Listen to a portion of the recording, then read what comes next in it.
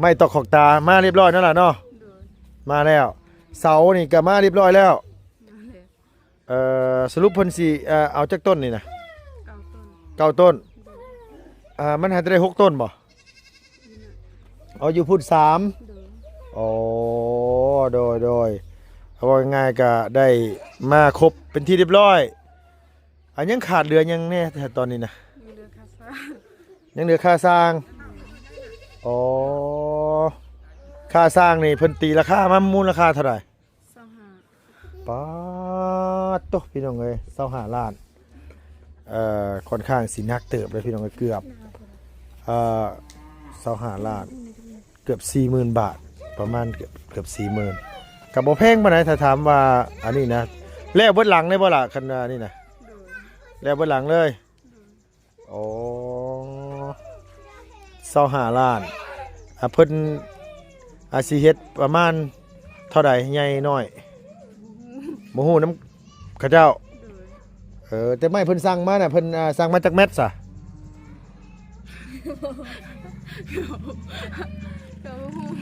บ่ฮู้คือกัน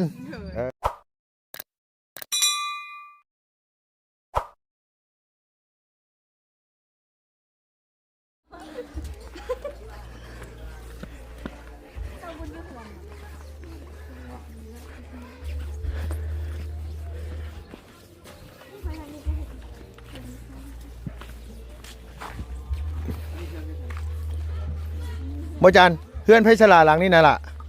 หลังนี้เพิ่นอยู่กันจักคนเพิ่นอยู่กันจักคนลูก3 คนนี่4 คน5 คนนี่เลย5 คน เพิ่นอยู่กับลูกน้อยพ่อบ่แม่ลูกเรา3 คน มีหญิงผู้ชายลูกเพิ่นลูกผู้หญิง1ผู้ชาย2มีหญิงผู้ชาย2แม่สบายดีป้าลุงเด้อสบายดี โอ้เอาไก่มานำมื้อนี้โดยกันรอไปโดยสบายดีคนบ้านสกีมาอยู่บ้านกลางทองนี่ว่าเพื่อนผัวแล้วนะอันนี้แหละเพื่อนผัวแล้วนี่แหละหลังนี่แหละโดยผู้สาวบ้านสกีมาได้ผัวบ้านกลางทองป้าหมกมี่นี่แม่มาบุญเอ้ยโดยสบายดีเด้อมาบุญเด้อบ่ได้มาแต่ดนได้พี่น้องเอ้ยบ่รู้ว่าเพื่อนน้องเพิ่นมีหยังแน่ได้หยังแน่แล้วเพื่อนบุษบาเพราะว่าลุงก็เป็นคนเปิดสมทบว่าสิซื้อไม้ซื้อตอกซื้อเรื่องแนว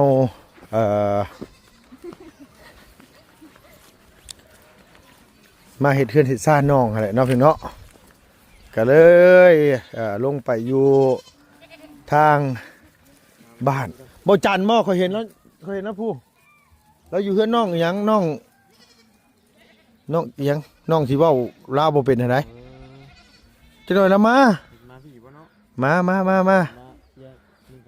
โดยป้อผู้เอาพี่น้องเอ้ยพอตูนได้อย่างมาฝากมาต้อนเด้เนาะโดยหนาวเนาะบุญเนาะปอ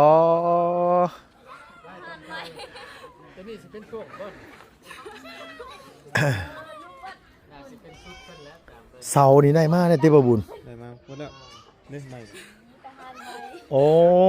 ไม่นะอยู่พี่เนาะไม่สั่งจากเจ้าได้บุญนี่นะโอ้โดยเจ้าเก่าเจ้าเดิมเนาะโดยเอาพี่น้องเอ้ยเดี๋ยวอันบ่ตูนเพิ่นมอบเสื้อผ้าหน้าแพร่ให้ทางอีหลาเพิ่นแล้วก่อนเพิ่นเนาะเดี๋ยวสิเข้าไป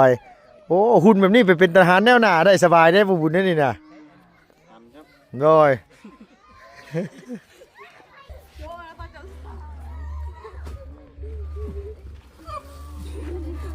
โอ้ยเนาะว่าแต่มาฮอดว่าแต่อย่าลืมได้เลยเด้อตีข้างคอแล้วบอกเด้อกับเฮ็ดคุกใจให้มันเต็ม บัดหัวราคาเนี่ยคุกไว้ประมาณ30นาทีขึ้นไปแล้วจังค่อยล้างออกจะหาเฮาอ่า แม่นหยังกล่องหยังอันน่ะสิหอมบ่นุ่งตุ้งต้วยไปใส่อีกเลย ง่ายที่อีกได้ลุงเอ้ย อ้าวก็นึกว่าเอามาให้น้องเพิ่นบ่แม่นบ่ ส่วนหนึ่ง ส่วนหนึง เอาเฮาก็ส่งไปซะนี่เด้ โอ้ซุมื้อนี่สิไปหาขายยาขีดขีดเฮาไปแหละ เปลี่ยนได้ได้ ไปเป็นพวกเซลล์พวกหยังไปแหละ ไปแล้ว เริ่มได้เนาะ โอ้มันก็ต้องหาทิศทางได้ลุงเอ้ยสบายดี อ้วนไส้อ้วนขัวได้เนาะ แม่น โดย กับผู้ดีทั้งพ่อเพิ่นได้ฝากเครื่องมานะลุงก็มาให้ทั้งน้องๆเพิ่นนี่แหละ โดย ก็ได้ชุดนี้ก็สิไปทางน้องหัวอีก น้องหัว แม่น อ๋อโดยโดย นะ ไปพุ่นก่อนได้บัด โอเคโอเคเดี๋ยวเจ้านักคืออยู่ได้ประธานเลย คือว่า คืออยู่คันสิเป็นทรงเป็นเซลล์กะ เอาดีป่ะ คำว่าคำจามันก็ พอได้อยู่เนาะ พอได้อยู่มันโดยขอบใจได้หลายๆ ทรงสีนี่อยู่โดยโอเคโอเคโดย ไปดีพี่น้อง เจ้าโดยเอาสบายดีเด้อนังเด้อโดยเอาพอดีว่ามาเปิดสมทบเพื่อนอีหล่าเพิ่นตั้งแต่เริ่มแรกพี่น้องเอ้ยพี่น้องก็สิว่าลืมเลยบ่อันเงินเปิดสมทบเพื่อนน้องบุษบายังบ่ดื่มเลยพี่น้องเด้อทางนี้ทางนั้นก็ไม่ตอกขอกตามาเรียบร้อยนั่นล่ะเนาะมาแล้วเสานี่ก็มาเรียบร้อยแล้วสรุปเพิ่นสิเอาจักต้นนี่นะ9 ต้นมันหาได้6 ต้นบ่เอาอยู่พุ่น3อ๋อโดยเอาว่าง่ายๆก็ได้มาครบเป็นที่เรียบร้อยอันยังขาดเหลือยังแน่แต่ตอนนี้นะยังเหลือค่าสร้างอ๋อค่าสร้างนี่เพิ่นตีราคามามูลค่าเท่าไหร่25ป๊าดโตพี่น้องเอ้ย25 ล้านค่อนข้างสินักเติบเลยพี่น้องเอ้ยเกือบ25 ล้านเกือบ 40,000 บาทประมาณเกือบ 40,000กับบ่แพงปานใดถ้าถามว่าอันนี้นะแล้วเบิดหลังได้บ่ล่ะคันนี่นะแล้วเบิดหลังเลยโอ้25 ล้านเพิ่นสิเฮ็ดประมาณเท่าใดใหญ่น้อยบ่ฮู้นำเขาเจ้าแต่ไม่เพิ่นสั่งมาน่ะเพิ่นสั่งมาจากแมตซะ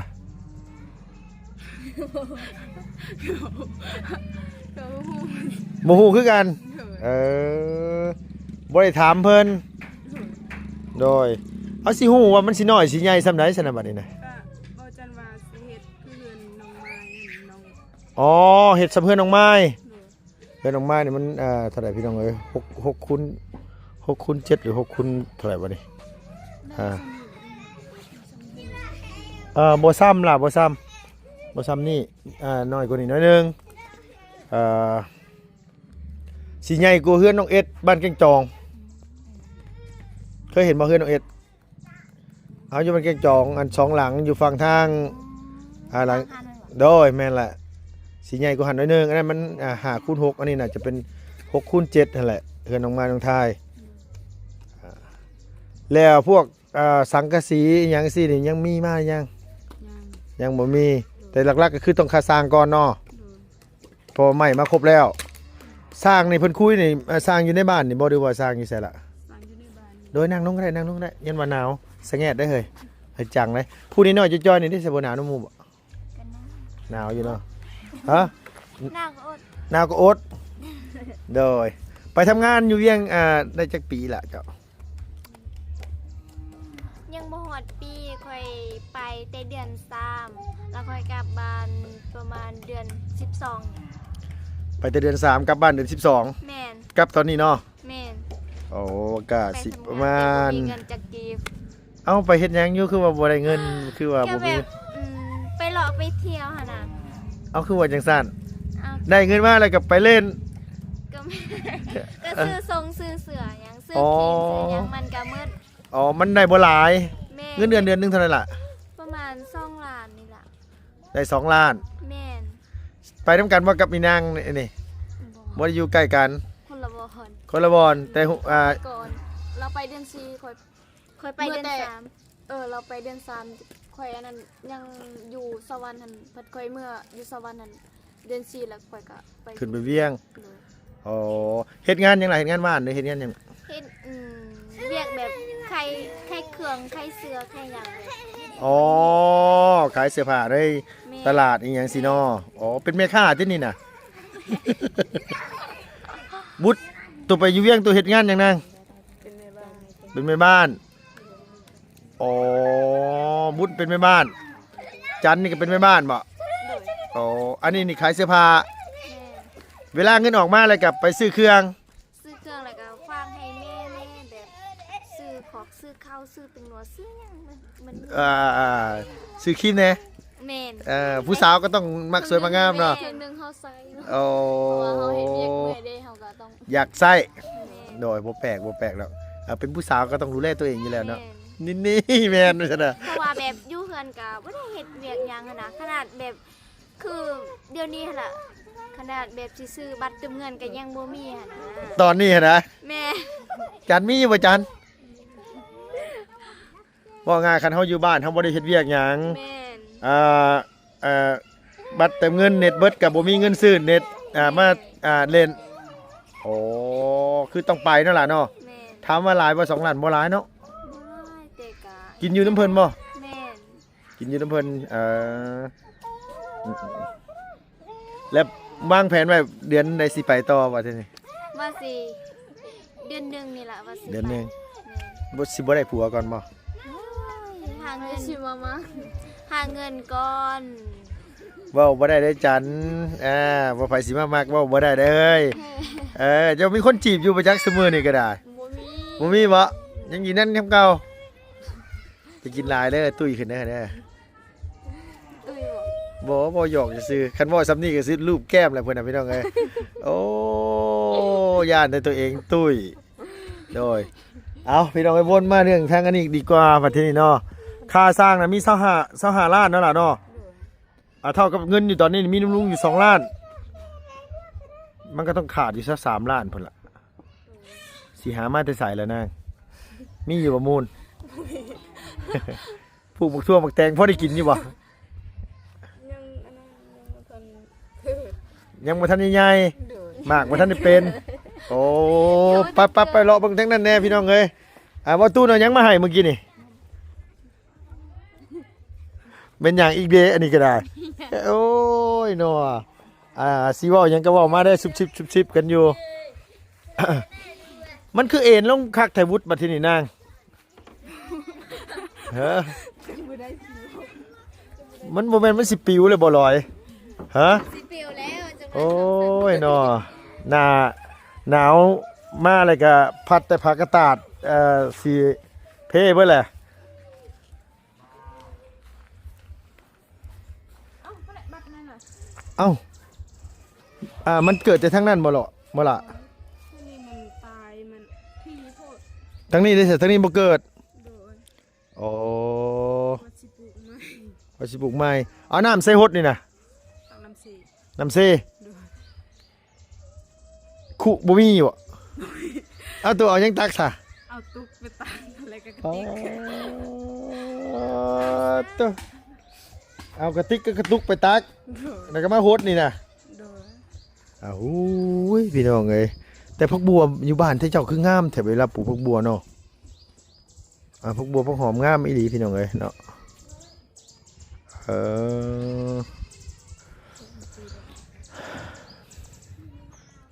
ไม่ตอกขอกตามาแล้วพี่น้องเอ้ยยังเหลือแต่ค่าสร้างบ่ซั่นว่าค่าสร้าง25ล้าน น้ำลุงน่ะมีอยู่2ล้านตอนนี้นะทางอื่นบ่ได้มีบ่เพิ่นบ่ได้มาจงมาแจ้งทางไหนบ่ล่ะ แล้วก็เรื่องยังอยู่นั่นขอจันแล้วก็บ่บุญ เหลือบ่บุญมันป้าบ่หรือว่าบ่บุญสารวัตร แล้วก็บ่บุญบอกอาจารย์บอกแล้วแต่ลืมดนแล้วบ่ได้เข้ากองก็ลืม เอาคือว่าจังซั่นบ่จันมาน้ำบ่จันเหลือเนาะ โดย น้ำบ่บุญมันป้าก็เหลือ เหลือ น้ำบ่บุญสารวัตรก็เหลือ โดย เปียกกับน้ำลุงนี่2ล้านจำในเด้อวันนี้เด้อเพิ่นบอกกันนะมันเวลา เพิ่นมาถามเลยงบประมาณมันมีอยู่เท่าใดขาดเท่าใดมันสิได้แจ้งไปถึกเพื่อพี่น้องเพิ่นเห็นทางผู้ใหญ่เพิ่นเห็นแล้วมันขาดบ่หลายเพิ่นบางเทื่อเพิ่นสมทบมาสินั่นล่ะ โดนเขากองก็เลยลืม ล้นแล้วบ่ได้เข้ากล้องโอ้ยเนาะอืมใจนี่คิดหาแต่ผู้บ่าวบ่มันคือลืมดุลืมดันแท้ บ่แต่สมองมันเสื่อม สมองเสื่อมว่าซั่นว่าโอ้ยเนาะนึ่งแล้วเข้า หนึ่งแล้ว ฮะมื้อนี้ไปเที่ยวงานคริสต์มาสบ่ บ่ไปเฮ็ดกินอยู่หั่น เอาไปซอยเพิ่น โดย บุตรนี่ซื้อศาสนาคริสต์นี่ศาสนาผีศาสนาผีเนาะโอ้แต่ว่ามื้อนี้เนี่ยคือไปซอยเพิ่นเฮ็ดกินอยู่หั่น โดย อ๋อมื้อแรกนี่เบิดคืนบ่นางงานอันนี้ เมื่อคืน โอ้ คืนจึงอันนั้น มื้อจังเช้า โดย โดยมีแต่วันนี้แหละพี่น้องเอ้ยเรื่องค่าสงค่าสร้างถ้าว่ามันเพียงมันพอก็ให้เขาเจ้ามากบไม้ไถไม้ไว้แล้วเพราะว่ามันทั้งนี้ทั้งนั้นก็งบประมาณยังบ่ฮู้ว่ามันขาดเท่าไรมันเหลือเท่าไรทั้งทีมงานก็ยังบ่ทันได้ปรึกษากันอยู่เพราะว่าถามน้องบุตรก็บ่ฮู้ว่าซั่นว่าทั้งบ่จันเพิ่นอาจสิบ่ได้บอกละเอียดแม่นบ่ ละเอียดเป็นอันนี้ เพิ่นบอกละเอียดอยู่แต่เจ้าลืมขมังแหละ โอ้ยผู้สาวสำน้อยยังก็มาลืมไว้ลืมว่าแท้เฒ่าซำเฮายังว่าอยู่เด้อเนาะโดยยังบ่เฒ่าบ่ล่ะบ่เฒ่าบ่ซำนี่ แอนยังดี โอ้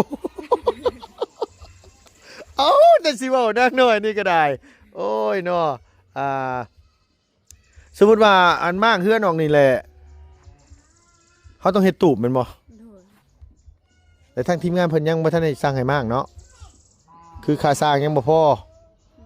คือเลินเจ้าแต่ใส่ฮอดใส่นางนี่นะ โหดบนทางอันนี้ ฮอดบ่ต้นมะขามฮอดบ่ต้นมะขามบ่ฮอดคือฮอดแต่ซ่านนี่บ่มานี่บ่หรือว่าได้ใด โหดบนทางนั่นแหละกะบนนั้นบนหลัก อ๋อรักเสาไฟน่ะบ่ โดย แล้วก็รักอันนั้น โดย มันคือเบี้ยวๆแต่เฮ้ยเขาสิตั้งบ่ไปตั้งเฮือนบ่ฮู้คือกัน โดย แล้วแต่สร้างเพิ่นเนาะ โดย ว่าจะเป็นเฮือนได้อยู่ได้ได้อยู่อ่าโดยโอ้ยเนาะพี่น้องเอ้ยอันนี้ก็งบประมาณยังขาดเท่าไหร่ยังบ่ฮู้ว่าง่ายซะถ้าแต่ลุงน่ะมีอยู่2ล้านตั้งแต่มาแจ้งน้องเพิ่นแต่ครั้งแรกพุ่นแหละแต่ไม่ตอกขอกตาเขาเจ้าซื้อมาไว้ไว้พอแล้วมันบ่นางไม้พอแล้วเนาะไม้เนาะเครื่องเฮือนน่ะครบแล้วบ่จันว่าครบแล้วแม่นบ่ โดย ไม่ปงไม่แป้นได้เบิดแล้ว โดยได้หมดแล้ว ใส่ผ้าไปเบิ่งได้ปะ ไปยังแลนยังเหลือยังอีกว่าครบแล้วว่ายังเหลือยังอีกบัดเนี่ยอ๋อยังเหลือสังกะสีหรือว่าอีโลซิงนี่เนาะโดย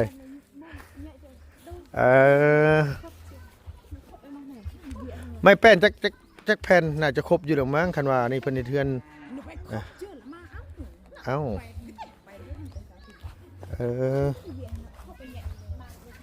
เพิ่นสร้างไม้เจ้าใดวะนี่นะเจ้าที่เคยสร้างน่ะบ่ล่ะ ครบเบะไปเมื่อกี้เจอส่วนแปนกันเนาะแปนจริง น่าจะครบเดี๋ยวมั้งสร้างน่ะเพิ่นคุยอยู่ในบ้านนี่บ่สร้างบ้านนี่บ่ โดย เฮือนสร้างเพิ่นยังได้25ล้านขอเพิ่นลดลงบ่ได้บ่ล่ะ ก็เราว่าได้อยู่แต่เบาจนยังไม่ทำทาง บ่จันยังบ่ทันได้ตกลง โดย เพราะว่าที่เฮ็ดที่ผ่านมานี่ก็คือว่าอะไรล่ะพี่น้องเอ้ยเพราะว่ามันหลายปีที่ผ่านมาเลยเพราะว่าค่าอยู่ค่ากินค่านั่นค่านี่มันก็แพงขึ้นก็บ่โทษเขาเจ้าดอกเพราะว่ามันอันนี้ไม่เขาเจ้าคือหามาให้บ่ค่อยดีปานใดวะไม่คือไม่เก่าแท้